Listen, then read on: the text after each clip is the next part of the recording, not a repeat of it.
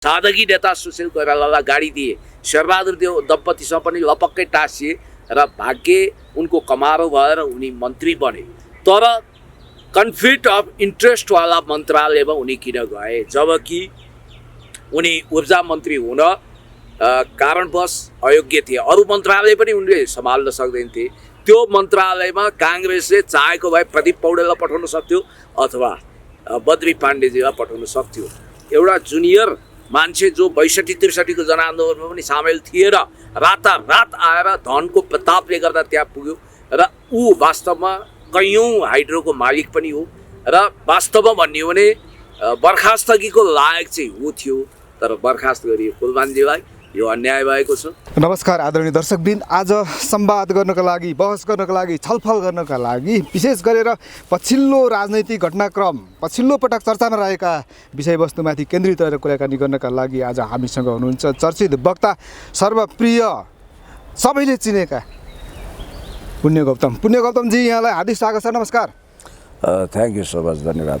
आराम कुशलै हुनुहुन्छ होइन? ठिक छ। तपाईँ बिरामी हुनुहुन्थ्यो, निको भइसक्नुभयो अहिले पूर्ण रूपमा? यो ठिक छु, एकदम fit and fine. Fit and fine हुनुहुन्छ। अब अहिले पछिल्लो पटक नि राजावादी गणतन्त्रवादीको त्यो झडप हुने अवस्था त एक ठाउँमा छँदैछ। त्यो अहिले एकछिन हामी चर्चा गरौँला। सुरुमा चाहिँ कुलमान घिसिङलाई किन निकालियो भनेर जनताहरू अहिले सडकमा आइरहेका छन्। तपाईँ नेकपा एमाले को तर्फबाट पनि बोल्ने मान्छे, राजनैतिक विश्लेषक हुनुहुन्छ। कुलमान गौतमलाई किन निकालियो, जनताको प्रश्नको तपाईँको उत्तर के छ? कुलमान गौतम होइन, कुलमान घिसिङलाई किन निकालियो, कुलमान घिसिङलाई किन निकालियो, यसको जवाब दिनुहोस्। कुलमान घिसिङजी नेपाल विद्युत प्राधिकरणको कार्यकारी प्रमुखको रूपमा विगत केही वर्षदेखि काम गर्दै आउनु भएको छ। यो उहाँको दोस्रो कार्यकाल र उहाँको कार्यकाल साउनको अन्त्यतिर सिद्धिँदैछ। यसै पनि 4 महिनापछि कुलमानजी हाँस्दै आफ्नो घर फर्किँदै हुनुहुन्थ्यो भनेपछि बर्खास्तगीमा पर्नको लागि लायक ठहरिएका मन्त्रीको घिड्किसो, उनको हिँडेढिपीको कारण at any cost, at any rate, then and there immediately कुलमानजीलाई बर्खास्त गर्नुपर्छ भनेर उनले जुन अडान लिए र त्यो गलत अडानलाई मन्त्री परिषदले अनुमोदन गर्नु हुँदै थियो। दुर्भाग्यवश अनुमोदन भएर कुलमानजीलाई अवकाशमा पठाइयो। तपाईँलाई एउटा बर्खास्त गरियो। तपाईँलाई एउटा कुरा भनौँ, अरूतिर अन्त चैतमा जन्त भने जस्तो। र हितेन्द्र देव साक्यज्यूप्रति हाम्रो कुनै त्यस्तो गुनासो दुखेसो केही पनि छैन र हिजोदेखि अहिलेसम्म लाइन पनि गएको छैन, लोड सेडिङ भएको छैन, ठिक छ। तर कुरा के हो भने अहिले असान्दर्भिक ढङ्गले जनता भड्काउने गरी र दलहरू बिचमै अब मनोमालिन्य ल्याउने गरी, जस्तो कि केपी शर्मा ओली, शेरबहादुर देउवा र प्रचण्डजीको बिचमा एउटा हार्मोनी बन्दै थियो लोकतन्त्रको पक्षमा, त्योमा खजबज त नहोला, तर पनि केही तितो पिरो हुने गरी अहिले असान्दर्भिक ढङ्गले कुलमान घिसिङलाई बर्खास्त गर्दा यो राम्रो म्यासेज गएन। र कुलमान घिसिङजी कसको एटिएम कार्ड के यस्ता खालको प्रोपोगन्डा पनि नगरौँ, किनभने कुलमान घिसिङजीको बारेमा मन्त्रीले जुन ढङ्गको अनर्गल प्रलाप गरे त्यो आफैमा असान्दर्भिक छ। अब मन्त्री दीपक खड्काको बारेमा मलाई अलिकति तपाईँ प्रश्न सोध्न जमजमाइसक्नु भएको छ, मुख सक्सकाइसकेका छ, तर पनि लेट मी टेल उनको ब्याकग्राउन्डको विषयमा म तपाईँलाई भन्न चाहन्छु। स्वर्गीय वसन्तमान सिंह अधिकारी जो अमेरिकामा अन्तिम दम तोड्नुभयो, उहाँले मेरो परम मित्र पनि हुनुहुन्थ्यो। उहाँले 2064 साल ताका, आज होइन 2064 साल ताका मसँग चिया खाँदै के भन्नुभएको थियो भने पुण्यजी मलाई अलिकति हतार छ, त्यो हाम्रो सङ्खुवा सभातिरको एउटा अत्यन्तै महत्त्वकाङ्क्षी व्यापारी छन् दीपक खड्का भन्ने, उनी चाहिँ राप्रपा छिर्न चाहन्छन्, सूर्यबहादुर थापा छ, भेटघाट गराइदिनु छ भनेर हतारिएर जानुभएको थियो। पछि सुशील कोइरालालाई उनले रिजाए, सादगी नेता सुशील कोइरालालाई गाडी दिए, शेरबहादुर देव दम्पतिसँग पनि लपक्कै टाँसिए र भाग्य उनको कमारो भएर उनी मन्त्री बने। तर कन्फ्लिक्ट अफ इन्ट्रेस्टवाला मन्त्रालयमा उनी किन गए, जबकि उनी ऊर्जा मन्त्री हुन कारणवश अयोग्य थिए। अरू मन्त्रालय पनि उनले सम्हाल्न सक्दैनथे। त्यो मन्त्रालयमा काङ्ग्रेसले चाहेको भए प्रदीप पौडेललाई पठाउन सक्थ्यो अथवा बद्री पाण्डेजीलाई पठाउन सक्थ्यो। एउटा जुनियर मान्छे जो 62-63 को जनआन्दोलनमा पनि सामेल थिए र रातारात आएर धनको प्रतापले गर्दा त्यहाँ पुग्यो र ऊ वास्तवमा कैयौँ हाइड्रोको मालिक पनि हो र वास्तवमा भन्ने हो भने बर्खास्तगीको लायक चाहिँ ऊ थियो, तर बर्खास्त गरियो कुलमानजीलाई। यो अन्याय भएको छ। तर मन्त्रीले त के भन्नुभयो भने नि, तपाईँले भन्नुभयो बर्खास्ती चाहिँ मन्त्रीको गर्नुपर्थ्यो, तर मन्त्रीले के भन्यो भने कानुन नमान्ने कर्मचारीलाई लगाम लगाउनु हाम्रो दायित्व, हाम्रो कर्तव्य हो। कुलमान घिसिङले कानुन मानेनन् भन्ने उनको आरोप छ, यो चाहिँ के हो? उनको आरोपलाई हामीले अनुमोदन गर्नुपर्छ भन्ने छ र कुलमानजीले नमस्कार गर्नु भएन रे, सचिवलाई टेर्नु भएन, मन्त्रीलाई गर्नु भएन। गन्नी कति 1 2 3 4 कतिजनालाई गन्नी गनेर साध्य छ? कति मन्त्री आउँछन् कति जान्छन्? तपाईँलाई एउटा कुरो भन्छु, कुलमान घिसिङजीलाई उहाँले लगाएको आरोप त कति छ कति। उहाँले सिडिमे आयोजना अरू कसैले बनाए, आफूले क्रेडिट लिनुभयो। लोड सेडिङ मुक्त त भारतले गराएको हो, आफ्नो नाउँमा प्रचार गराउनु भयो अरे। त्यति मात्रै होइन, टुन्डेल हार्डवेयर खडा गरेर अरबौँ पैसा कमाउने काम, दाइ भाइलाई धनी बनाउने, अनि रोपनीका रोपनी 30औँ रोपनी जग्गा बनेपामा किन्ने काम गर्नुभयो अरे। के भयो अरे? अब यता कुन चाहिँको उहाँले ठुलो सेयर लिनुभएको छ भनेर पनि यस्ता कुराहरू आए, उहाँको मुखारबिन्दबाट आयो। र कुलमानजी यदि एकछिनको लागि ल कुलमानजीको बारेमा अब्जेक्सन छ, अख्तियार छ उहाँमाथि अनुसन्धान गर्ने, सम्पत्ति शुद्धिकरण छ, न्यायालय छ, भोलि त्यहाँबाट फाइट गर्दा भयो। तर रमेश खरेलकै सिको गरेर यी मन्त्रीले किन कुलमान घिसिङलाई देन एन्ड देयर इमिडिएटली बर्खास्त गर्न चाहे?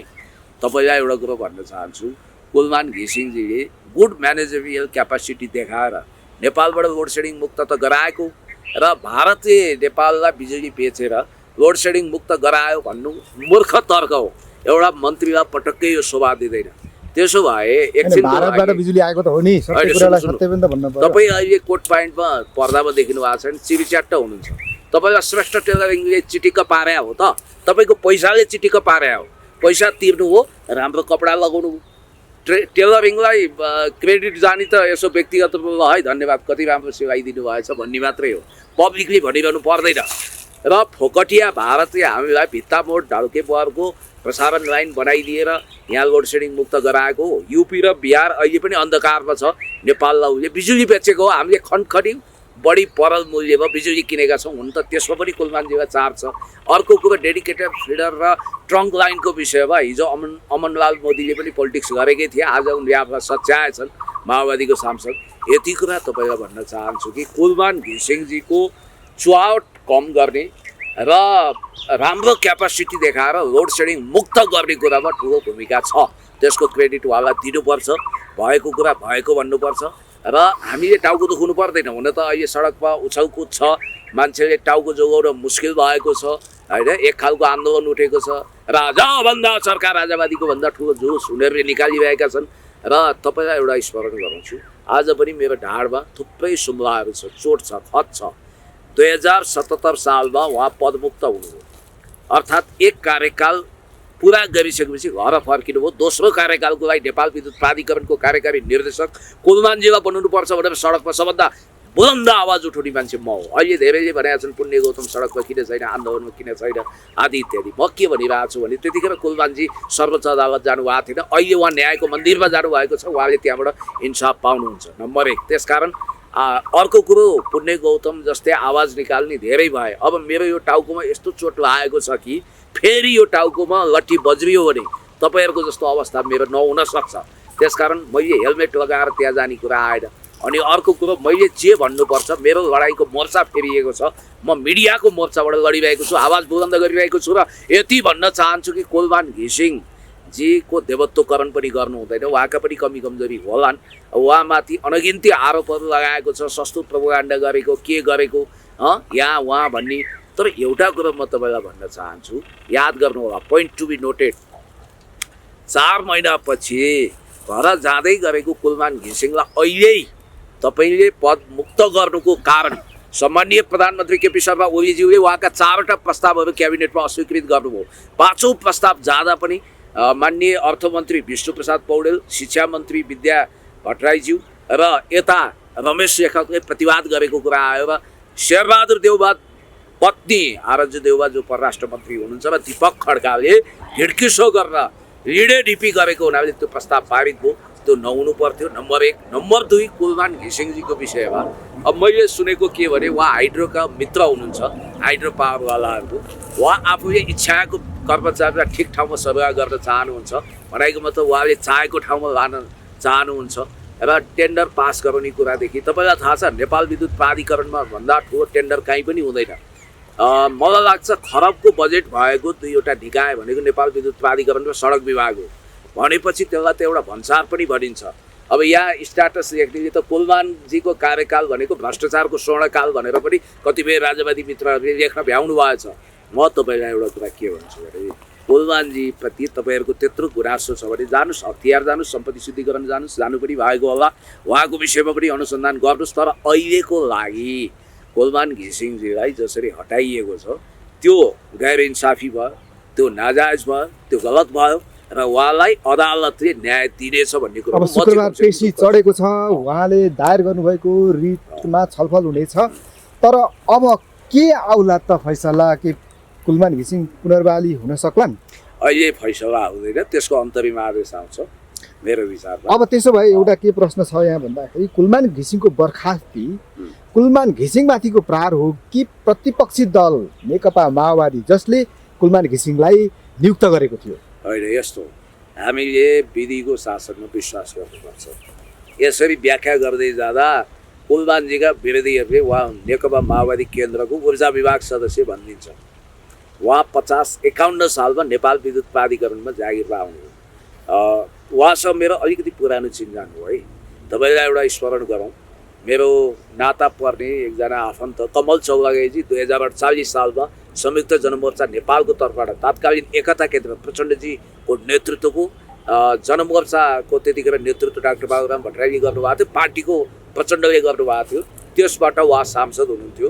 म उहाँको क्वार्टरमा जाँदाखेरि, उहाँको घरमा जाँदाखेरि त्यतिखेर कुलमानजीको बुवा जनमोर्चाको कार्यकर्ता हुनुहुन्थ्यो र कुलमानजीलाई पनि मैले त्यहाँ भेटेको रहेछु भन्ने कुरो चाहिँ कमल चौलागाईजीले पछि गर्नुभएको थियो। मलाई त्यहाँ फर्स्ट भेट हुँदा मैले सम्झना राखिनँ। दोस्रो भेट मेरो उहाँ नेपाल विद्युत प्राधिकरणको कार्यकारी निर्देशक हुनु अगाडि चिलिमे हाइड्रोको प्रमुख हुँदा भेट भएको थियो। त्यहाँ उहाँले राम्रो काम गरिरहनु भएको थियो।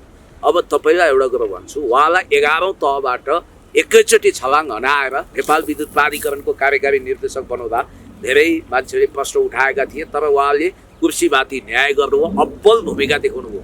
त्यसो त कतिले कुलमानजी र पुण्य गौतमको बिचमा न्यानो सम्बन्ध छ व्यक्तिगत पनि भन्नुभयो। उहाँसँग मैले चिया पनि खाएको छु, बात पनि मारेको छु। उहाँले एउटा पब्लिक सभामा मेरो तारिफ पनि गर्नुभएको छ। पुण्यजीले तपाईँको राम्रो सम्बन्ध छ, त्यो सबैलाई सुन्नु न, नेकपा माओवादी र कुलमान घिसिङ दुवैलाई अहिलेका सत्ताधारीहरूले दिएको झापड हो कि के हो भन्ने कुरा बस्नु न। म भन्दैछु कुलमान घिसिङजीको लाई कतिले बुद्धिमान तामाङको ज्वाइँ हुनाले उहाँ राजावादी राप्रपा हो कि भन्ठान्छन्, त्यो होइन। त्यसो भए रवि लामिछाने पनि राप्रपा नेताको ज्वाइँ उहाँ राजावादी भइहाल्नुभयो त। त्यसरी सहज रूपमा ट्याग लगाउन मिल्दैन, राजनीतिक आस्था फरक होला। त्यसमा पनि कुलमानजी कर्मचारी हुनुहुन्छ, कर्मचारीको राजनीतिक पार्टी हुँदैन। उहाँ माओवादीको ऊर्जा विभाग सदस्य भएको प्रमाण कसै छ भने ल्याइदिनुहोस्। होला उहाँको अलिकति माओवादी नेताहरूसँग निकटता होला। अब कतिले त जसले नियुक्ति गर्यो उनीप्रति वफादार तर सत्ताप्रति चाहिँ वफादार नभएको, कानुन पनि मिचेको भन्ने आरोप छ नि त। त्यस्तो मलाई लाग्दैन। I don't think so. म प्रमाणमा तथ्य नभएको कुरा गर्दिनँ। यसो भन्न सकिन्छ कुलमान घिसिङ भ्रष्टाचार गर्दैन थिए। कुलमान घिसिङले भ्रष्टाचार नगरेकै कारणले उनलाई न त उनलाई नियुक्ति गर्ने निकायलाई उनी केही लेनदेन गर्न सक्थे, न त अहिलेको सत्ता पक्षलाई। त्यसकारण पनि एउटा कुरा अख्तियारको अदालत बनाइदिनु हो। उहाँले भ्रष्टाचार गर्नुहुन्छ हुन्न यो पनि मेरो सरकारको विषय होइन, यो सम्बन्धित सरकारवालाले किन हटाइयो त? 18 घण्टाको लोड सेडिङ त अन्त्य गरेकै हो कुलमानले। चाहे भारतको सहयोग होस् चाहे जासुकैको सहयोग, अहिलेको सन्दर्भमा म्यानेजिङ डाइरेक्टर त उहाँले हो। सुन्नु न, असान्दर्भिक हो र यो राम्रो मेसेज जाँदैन। जनताको प्रश्न त यही छ र यो काम भएन भनेर मैले पनि भनिरहेको छु। सुन्नु न, सुन्नु। तर कुलमान घिसिङजीको माओवादी नेताहरूसँग निकटता छ छैन? भोलि उहाँ माओवादीमा रिटायरमेन्ट पछि जानुहुन्छ हुन्न, यो उहाँको कुरा हो। It's doesn't matter. मलाई सरकारको विषय होइन। हाम्रो पुर्ख्यौली थलो पनि एकै ठाउँ हो। उहाँ रामेछाप बेथानको, म गुन्सी भदौरेको। उहाँको पुर्ख्यौली घर पनि देखेर आएको र त्यहाँ कतिपयले के पनि भन्दा रहेछन् भने भविष्यमा कुलमानजी यहीँबाट चुनाव उठ्नुहुन्छ रिटायरमेन्ट पछि भनेर पनि भन्दा रहेछन्। जहाँबाट उठ्नुहुन्छ त्यहाँबाट जित्नुहुन्छ भन्ने विश्लेषण भइरहेको छ। शुभकामना। भोलिको प्रधानमन्त्री हुन सक्ने सम्भावना देख्नुहुन्छ कुलमान घिसिङलाई? सुन्नु न, उहाँ राजनीतिकमा आउने उहाँले फैसलै गर्नु भएको छैन। राजनीतिमा आउनु भयो भने उहाँ जस्तो मान्छे नेपालको राजनीतिमा आउनु आवश्यक छ छैन त्यतिखेर पुण्यजी? उहाँले थाहा पाउने कुरा हो। तपाईँको विचारमा होइन, उहाँ कर्मचारी हो। उहाँलाई म के भनौँ?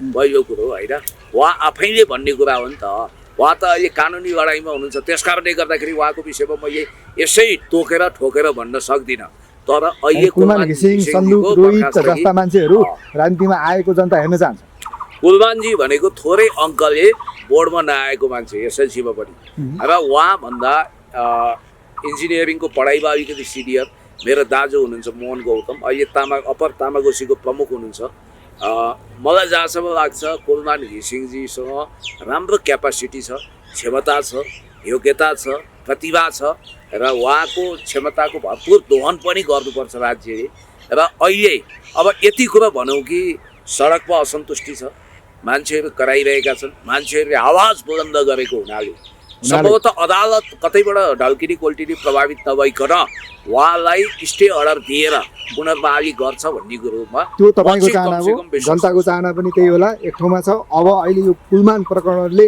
सडक र संसद पनि तताइरहेको अवस्था छ कुलमान घिसिङलाई नेपाल विद्युत प्राधिकरणको कार्यकारी निर्देशकबाट हटाएको विषयमा प्रधानमन्त्रीले जवाफ नदिएसम्म सदन चल्न नदिने प्रतिपक्षको अडान कायमै छ तर प्रधानमन्त्री केपी शर्मा ओलीले यी विषयमा स्पष्टीकरण अथवा चाहिँ सांसदले उठाएका प्रश्नको जवाब दिने मुडमा हुनुहुन्न उहाँले स्पष्ट भन्नुभएको छ मन्त्री स्तरबाट दिन सक्ने सम्भावना हुन्छ तर प्रधानमन्त्री स्वयं रोस्टममा उभिएर चाहिँ स्पष्टीकरण या जवाफ नदिने भन्ने खालको समाचार छ अब यो अवरुद्ध भएको संसद तातिरहेको सडक कुलमान घिसिङको विषय मात्रै होइन राजा र गणतन्त्रको विषय पनि छ त्यसमा एकछिनमा हामी आउँछौँ यो संसद चाहिँ अब कसरी अगाडि बढ्ला हाम्रो देशको राजनीति कसरी अगाडि बढ्ला यसले देश र जनतालाई के फाइदा के घाटा टक्कसँग बताइदिनु पर्यो अब समाधान के हुनसक्छ अब यस्तो पार्लियामेन्टको बिजनेसको विषयमा मलाई उत्रो धेरै सरकारको विषय छैन अवरुद्ध छ पार्लियामेन्ट होइन सुन्नु न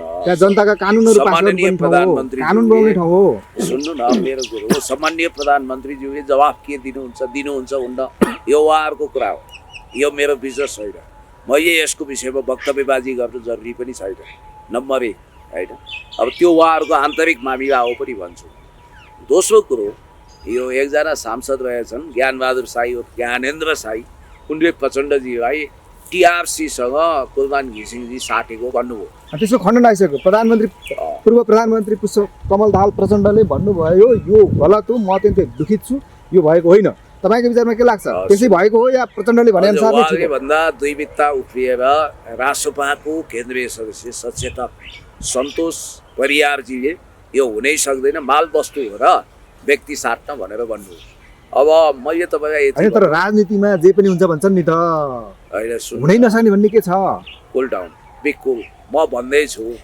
तपाईँलाई भन्दैछु तपाईँ ऋषि धमला जस्तो चोरीफेरी नगर्नु न यहाँ म सब प्रश्नोत्तर गर्दा प्यासेज पनि राख्नु के तपाईँले अब कुरा के हुन्छ भने यसलाई पुष्पकमल दाहाल प्रचण्डले कपोलकल्पित भ्रामक र मिथ्या आरोप भनेर भने पनि अब ज्ञानबहादुर साई उर्फ ज्ञानेन्द्र साईले कुन तथ्यको आधारमा त्यो भन्नुभयो अब कतिपय माओवादीहरूले स्ट्याटस देखेको देखेँ यो मान्छेलाई ठाउँको ठाउँ पत्रकारले गएर टिआरसीको फुल फर्म सोध्यो भने पनि भन्न सक्दैन ठुला कुरा गरिरहेको छ भनेर होइन उहाँको अपमान यति नगरौँ होइन उनीहरूले लेखेका कुरा मैले थोरै आफ्नो भनाइराखेँ तपाईँलाई पनि कदेखि यहाँसम्म भन्नु भने आउन सक्छ त्यो आउनुपर्छ भने जरुरी छ सबैको फुल फर्म सबैलाई आउनुपर्छ भने जरुरी ठुलो विषय भएन अहिलेको ठुलो विषय भनेको हुनुहुन्छ त्यो त आत्मविश्वासका साथ भन्नु पर्यो नि त truth finding and reconciliation commission भनेको के हो यहाँ त कति सांसदहरू कमिसन भने पैसा आउने ठाउँ भन्नु होइन आयोग हो कमिसन भने अब तपाईँलाई एउटा कुरो भन्छु सत्य निरूपण मेलमिलाप आयोग कुन आधारमा गठन भयो हिजो अन्तरिम संविधान न्याय पाउनुपर्छ भन्ने कुरामा यतिखेर सहमति भएका छन् सबैजना कुरा गर्ने अप्ठ्यारो छ कि तपाईँ कहाँबाट काम मोड्नुहुन्छ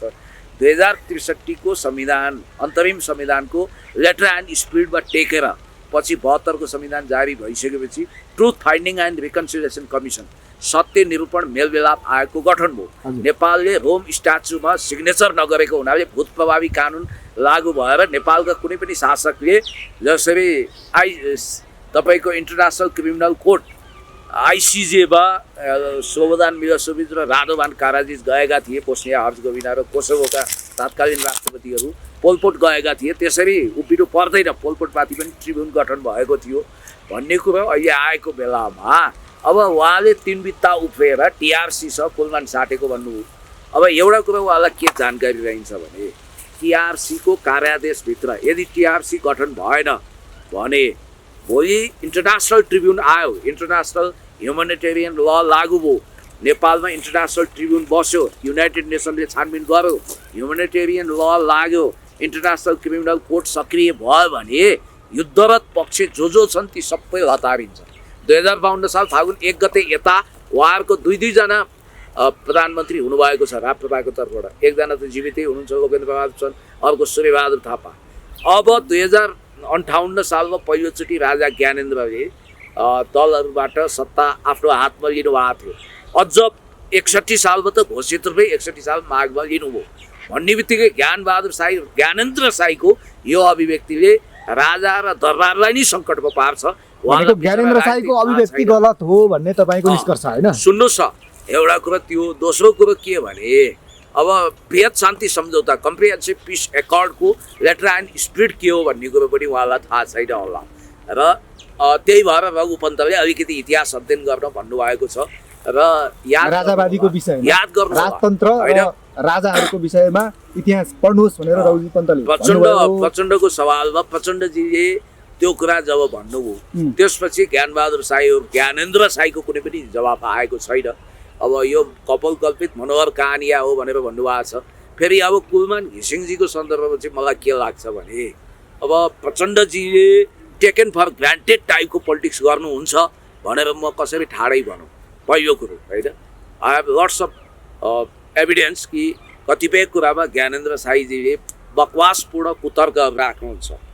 तपाईँले अर्को कुरो ज्ञानेन्द्रजीको कुरा छोडौँ, उहाँको विषयमा तपाईँले स्पष्ट पारिहाल्नु भयो कि अब नेकपा एमालेका तर्फबाट महेश बर्तौला जो माननीय हुनुहुन्छ उहाँले प्रतिपक्षले जो माग गरिरहेको छ नि प्रधानमन्त्री स्वयंले जवाफ दिनुपर्छ भनेर त्यस विषयमा जे भन्नुभयो उहाँले एउटा कर्मचारीको विषयमा प्रधानमन्त्रीले जवाफ दिँदै हिँड्ने कुरा राम्रो होइन।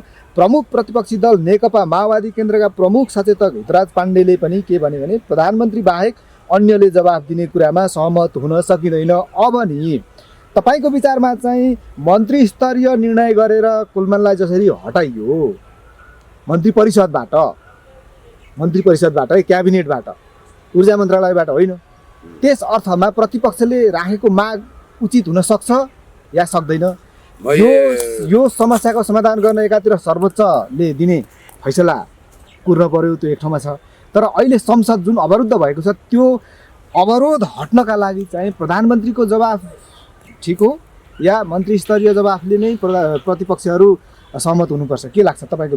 अघिदेखि नै विषयवस्तु स्ट्याग्नेसन भएर आइसब्रेक हुनै सकेन, पछ्यौरी त्यही अल्झियो क्या तपाईँको प्रश्नको। यसलाई अलिकति बुलेट ट्रेनको गतिमा लानुपर्छ। मैले तपाईँलाई भन्न खोजेको के भने let me tell, listen careful, तपाईँलाई म भन्छु it's not business of mind, यो मेरो बिजनेसको विषय होइन। तपाईँले यो भुल गरिरहनु भएको छ कि तपाईँले राजनीतिलाई कसरी विश्लेषण गर्नुहुन्छ? राजनीति ठाउँमा छ, म यसलाई सुन्नु न, प्रधानमन्त्री जवाफ दिए पनि नदिए पनि आकाश दिनुपर्छ पर्दैन यो मलाई थाहा छैन, यो उहाँहरूको कुरा हो। पार्लियामेन्टेरियन बिजनेस के छ भन्ने कुरो उहाँहरूले भन्ने कुरा हो, यो विषयमा मेरो उत्रो कन्सर्नको विषय होइन। तर तपाईँले जहाँसम्म यो राजाभन्दा चर्का राजावादीको कुरा गर्नु, राजावाद आफैमा एउटा गलत टर्मिनोलोजी हो, गणतन्त्रवाद पनि गलत टर्मिनोलोजी हो। राजतन्त्र हुन्छ र गणतन्त्र हुन्छ, यो सिस्टमको कुरा हो। र अर्को कुरो के छ भने अब रवि लामिछानेको पार्टीको पनि बटम लाइन भनेको अवस्था फेरिरहेछ, प्रत्यक्ष निर्वाचित कार्यकारी प्रणालीमा जानुपर्छ भनेर उहाँले get ready for revolution, next revolution भन्नुभएको छ नि, त्यो चाहिँ जनताबाट निर्वाचित प्रत्यक्ष कार्यकारी हुनुपर्छ भन्ने उहाँको तर्क रहेछ। गेट रेडी फर रेभोल्युसन भन्नुभयो, तर कस्तो खालको रेभोल्युसन त्यो विषयमा अहिले हामी चर्चा गरौँ। अहिले अर्को इम्पोर्टेन्ट प्रसङ्ग आएको छ, कुलमान घिसिङको दोस्रो कार्यकालको नियुक्ति र आज केही दिन अगाडि भएको बर्खास्ती एक ठाउँमा छँदैछ। कुलमानको नियुक्ति नै गैर कानुनी भन्दै हितेन्द्रले जो अहिलेका म्यानेजिङ डिरेक्टर जेनरल छन् विद्युत प्राधिकरणका, उनले त यस्तो माग राखे कि अघिल्लो रिक्त कार्यकालको तलब सुविधा चाहियो भने यो हुनसक्छ? यो कर्मचारीहरूको यो गाड खोराको धुरी खोराको तनावको विषय अदालतको कार्यादेशभित्रको कुरो, क्षेत्राधिकारभित्रको कुरोमा नबोलौँ, किनभने यो तपाईँले अरू विश्लेषकलाई सोध्नुभयो भए के जवाब दिन्थे? कुन्न कुन्न पानी मुन्न मुन्न बुद्धि। मैले चाहिँ तपाईको बुद्धि राम्रो छ, होइन भाउ त लगाउँदिनँ, मुण्ड राम्रो होइन। जनताले पनि मानेको, हामी पत्रकारहरूले पनि तपाईँहरूलाई यहाँ दुःख गरी त्यतिकै कुराकानी गरिराखेन। तपाईँसँग छ सूचना, तपाईँसँग ज्ञान छ भनेर हो। हेर्नुहोस्, यो कुरामा तपाईँले जवाब दिनैपर्छ। तपाईँले कम्तीमा के भन्नुपर्छ भने कुलमान घिसिङको त्यो नियुक्ति जसरी हितेन्द्र देव साक्यले असंवैधानिक छ भनेर भने त्यो ठिक हो कि होइन? कुलमान घिसिङ सर्वोच्चमा गइसके, यता हितेन्द्र देव पनि फेरि त्यो कुलमान घिसिङको नियुक्ति चाहिँ असंवैधानिक छ भनेर रिट दायर गरिसके। यस्तो अवस्था छ नि। म सर्वोच्चको जस्टिस हो र, म न्यायाधीश हो र, म यहाँ फैसला गर्दैछु र, म भन्ने को मैले अदालत गइसकेका मुद्दाको विषयमा कन्टेम्प अफ कोर्ट हुने गरी अनावश्यक वक्तव्यबाजी गर्ने मलाई अधिकार छैन। त्यसकारण म ऐन कानुन संविधान विधिको पालन गर्ने हुनाले अदालतको फैसला वा आदेश कोर्नुहोस्, म यति भन्छु।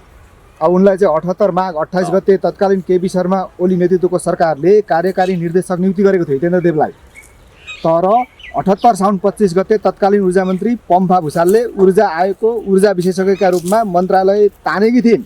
माओवादी र नेकपा एकीकृत समाजवादीको समर्थनमा बनेको नेपाली काङ्ग्रेसका सभापति शेरबहादुर नेतृत्वको सरकारले घिसिङलाई प्राधिकरणको कार्यकारी निर्देशक पदमा नियुक्त गरेको थियो। तर त्यो चाहिँ गैर कानुनी भनेर यतिखेर हितेन्द्र देवले रिट हाल्दाखेरि अब स्थिति कस्तो होला त, त्यो चाहिँ बताइदिनुहोस् न। अब मेरो कुनै हितेन्द्र देव जितेन्द्र देव भन्दा पनि कन्सर्नको विषय भनेको अदालतले के गर्ला त्यो उसको म्याटरको कुरा हो। मैले तपाईँलाई फेरि पनि भनौँ कि हितेन्द्र देवजीको पनि हामी बालको खाल उतार्दैनौँ र कुलमान घिसिङजीको विषयमा त अहिले नयाँ भाइ बहिनीहरूले पुरानो भिडियो हेरे हुन्छ। 2077 सालमा उहाँलाई नेपाल विद्युत प्राधिकरणको पुनः कार्यकारी निर्देशक बनाउनुपर्छ भनेर सबभन्दा आवाज बुलन्द गर्दै चुटाइ पिटाइ खाने हिरासत जाने मान्छे हो, पुण्यको हो। अहिले पनि मैले फरक मोर्चाबाट मिडियाको मोर्चाबाट आवाज बुलन्द गरेको छु। तरिका फेरिएको होला तर मेरो कन्टेन्ट उही छ, जिस्ट उही छ। त्यस कारणले गर्दाखेरि यो खुद्रा मसिना कुरामा अदालतका बिजनेसमा हुन सक्छ पुण्यजी। तर हितेन्द्र देव साक्यले उतिखेर राजीनामा नै दिएका थिएनन्। उनको राजीनामा नै स्वीकृति नभइकन चाहिँ कुलमान घिसिङको नियुक्ति भएको भन्ने समाचार आएको छ। त्यसका आधारमा उनलाई अहिलेसम्मको सबै तलब सुविधा दिनुपर्छ भनेर रिट हालेका छन्। खैर ठिक छ, अब सर्वोच्चमा रिट परेको छ, त्यसको जे फैसला आउँछ हामी पछि विश्लेषण गरौँला। अब हामी प्रसङ्ग बदलौँ।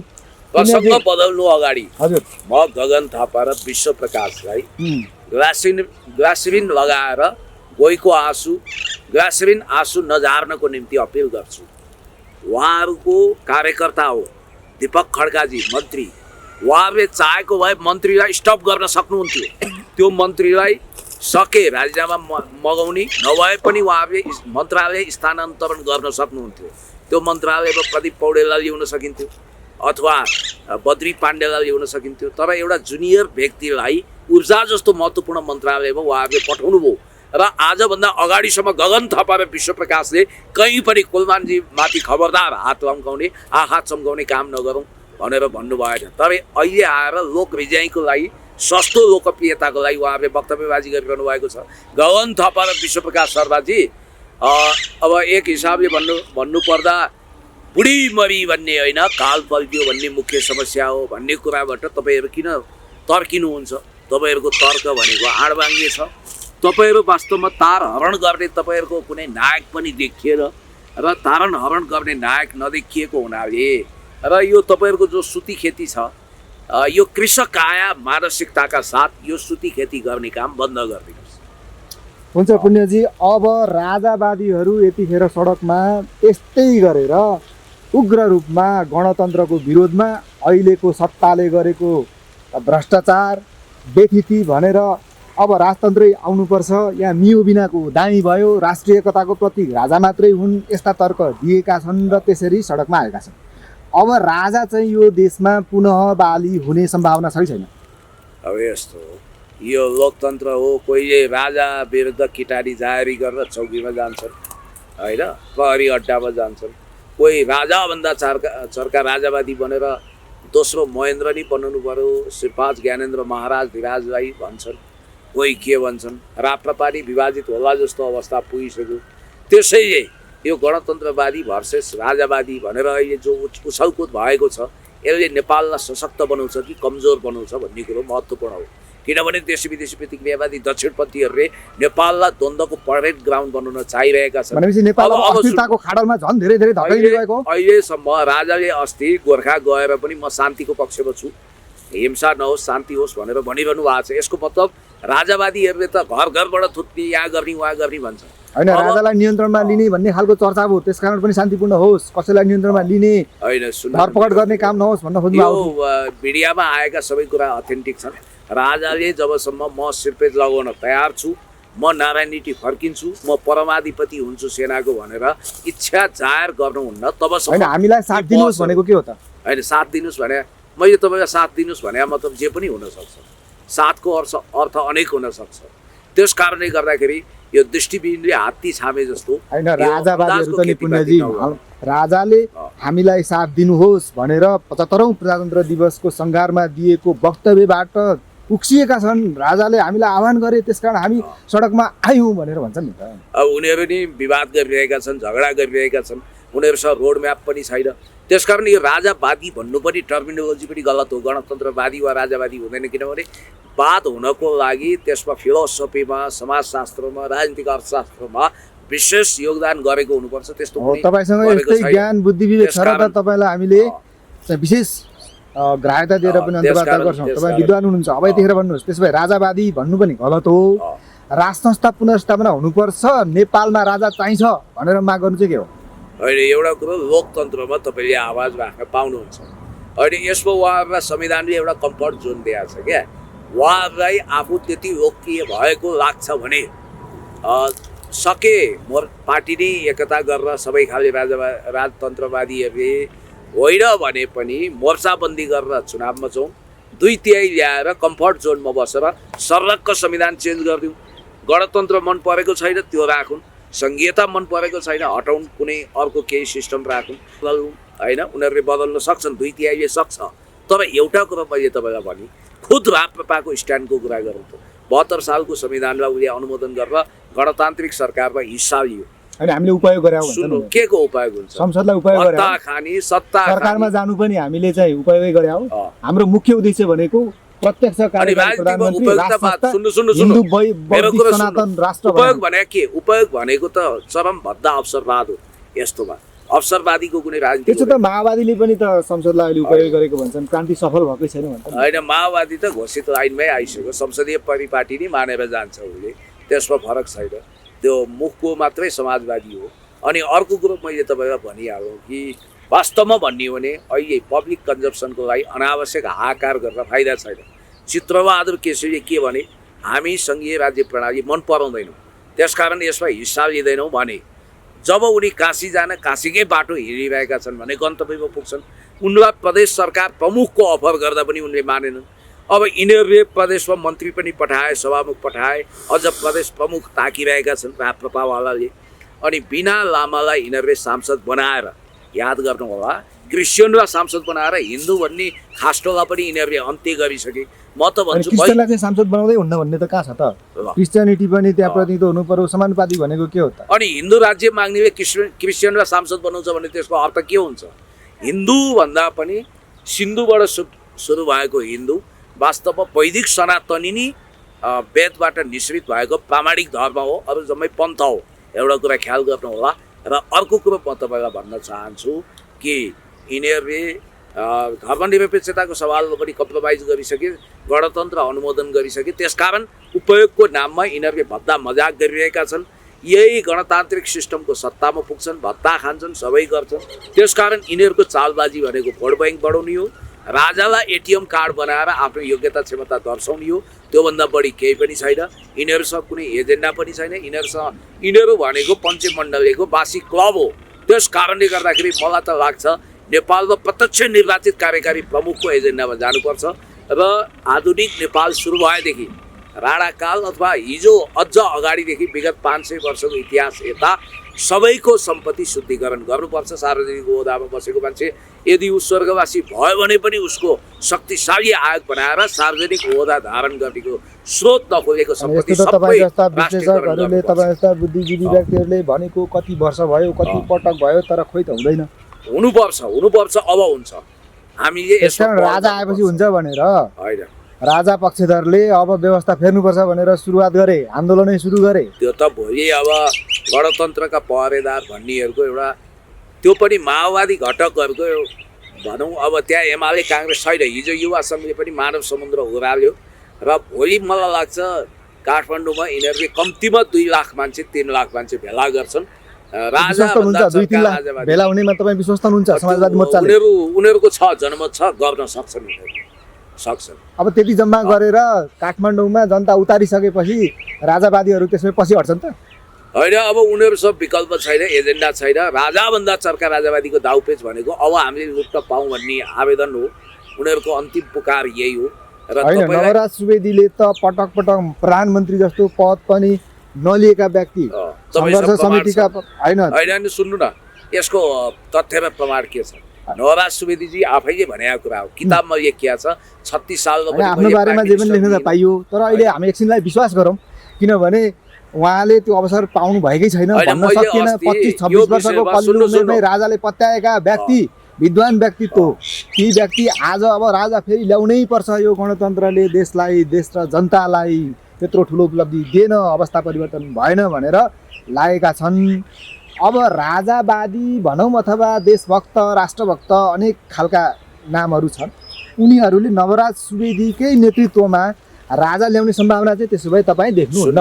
मलाई अस्ति चिनिया महामहिम राष्ट्रपति सी जिनपिङले फोन गरेर अब नेक्स्ट रिभोल्युसनको लागि अन्तिम पात्र तपाईँ नै हो, देशको कार्यकारी प्रमुख तपाईँ हुनुहोस् भन्नु।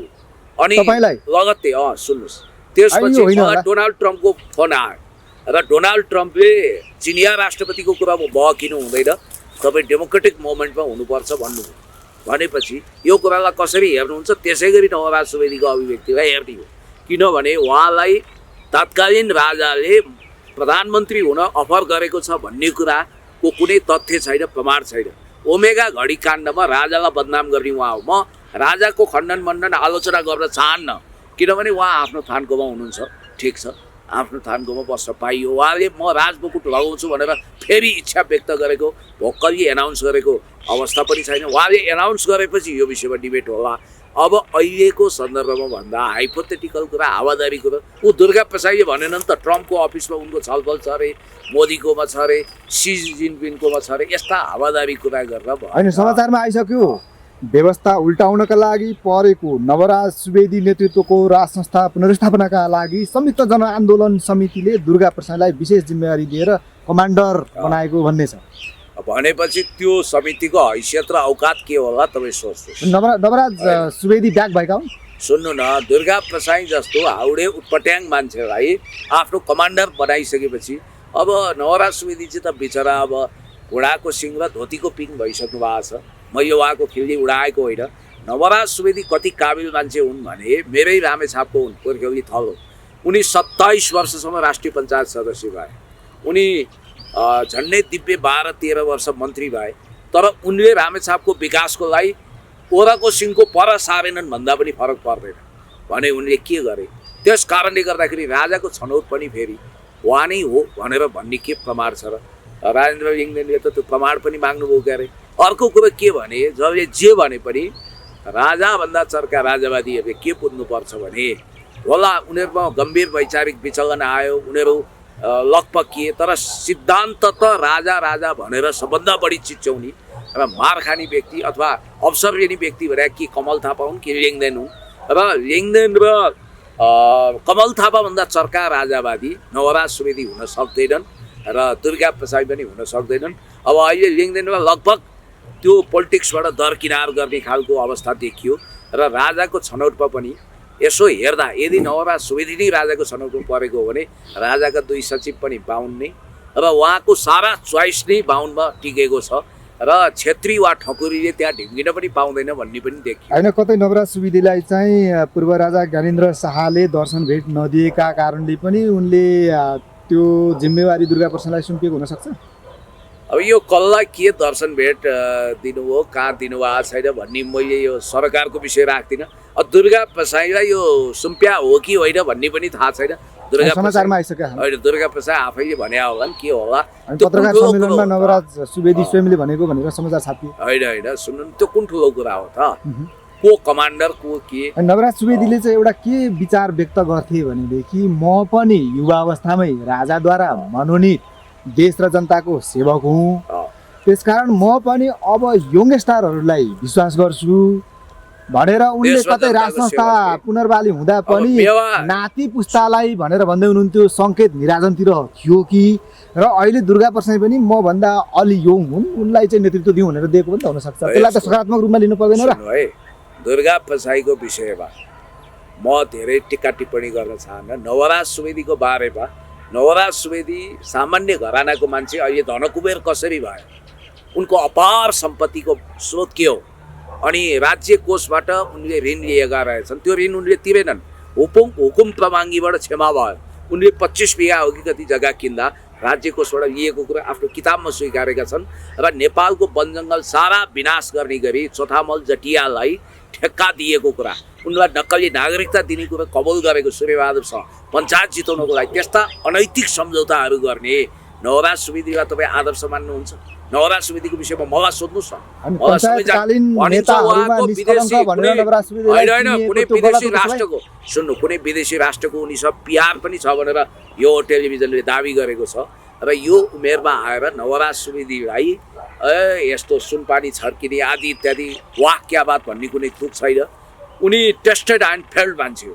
त्यसो भए अब राष्ट्रले राजाको अपेक्षा नगरे पनि हुन्छ। भोलिको समाजवादी मोर्चाको आन्दोलनमा तपाईँले दाबी गरे अनुसार 2 लाख 3 लाख समाजवादी मोर्चा स्वयंले दाबी गरेको छ 1 लाख जनता आउँछन् भनेर। अब होइन, राजा सुन्नु सम्भव न, छैन सुन्नु, देशमा। सुन्नु, अब मेरो- नवराज मेरो- सुवेदीले पनि कमान्डर चेन्ज गरे भनेपछि अब गणतन्त्रको जित भएको हो, देशमा गणतन्त्र कायम रहिरहन्छ। यी छिटपुट कुराहरू आउँछन् जान्छन्। अब यो त दुर्गा सुवेदीलाई कमान्ड सुम्पिनु भने त दुर्गा सुवेदीले दुर्गा भोलि प्रसाई। गएर दुर्गा प्रसाईले भोलि गएर म के को राजतन्त्र, म आफै राजा हुने भनेर हिसपिस गरिदिन सक्छन्।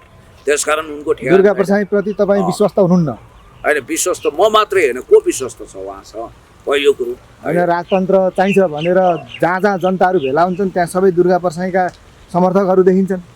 त्यो मलाई थाहा भएन। त्यो दुर्गा प्रसाईका समर्थक हुन् कि होइनन् कि के हुन्, तपाईँ प्रवक्तै जसरी अहिलेदेखि होइन, हामीले हेर्छौँ नि त दुर्गा प्रसाईका पछाडि जो जनताहरू लागेका छन् उहाँहरू नै त्यहाँ उपस्थित भएको त देखियो। अब हिजो मात्रै पनि चाहिँ कुलमान घिसिङको समर्थनमा एकुल जनता आए। अब भोलि ती जनता कहाँ मिसिन्छन्? यो जनता पनि कस्ता छन् भन्दाखेरि ग्रुपिजम होइन, ग्रुपमा विभाजित छन्। अब एकत्रित भएर एउटा निश्चित उद्देश्यका लागि, देश र जनताका लागि भनेर कोही पनि अगाडि बढेको देखिएन। अब देशको निकास चाहिँ के हुनसक्छ पुण्यजी अन्त्यमा?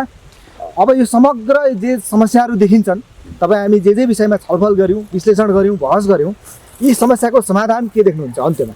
अब यस्तो हो, तपाईँलाई मैले के भनौँ भने यो सामान्य कुरा छैन, असामान्य कुरामा धेरै बहस गर्नु हुँदैन। र अर्को कुरो मैले तपाईँलाई भन्न खोजेको कुरा के भने देशले खोजेको कोर्स के हो भन्दा अब वास्तवमा हामीले पनि सर्भिस डेलिभरी दिन सकेका छैनौँ। जनताको खाना नाना छानाको जो समस्या छ त्यसलाई समाधान गर्न सकेका छैन, भ्रष्टाचार निवारण हुन सकेको छैन, र नेतातन्त्र हामी हो पुस्तान्तरण भएन, यी आदि समस्या त छँदैछ। समस्याका चाङहरू छन्।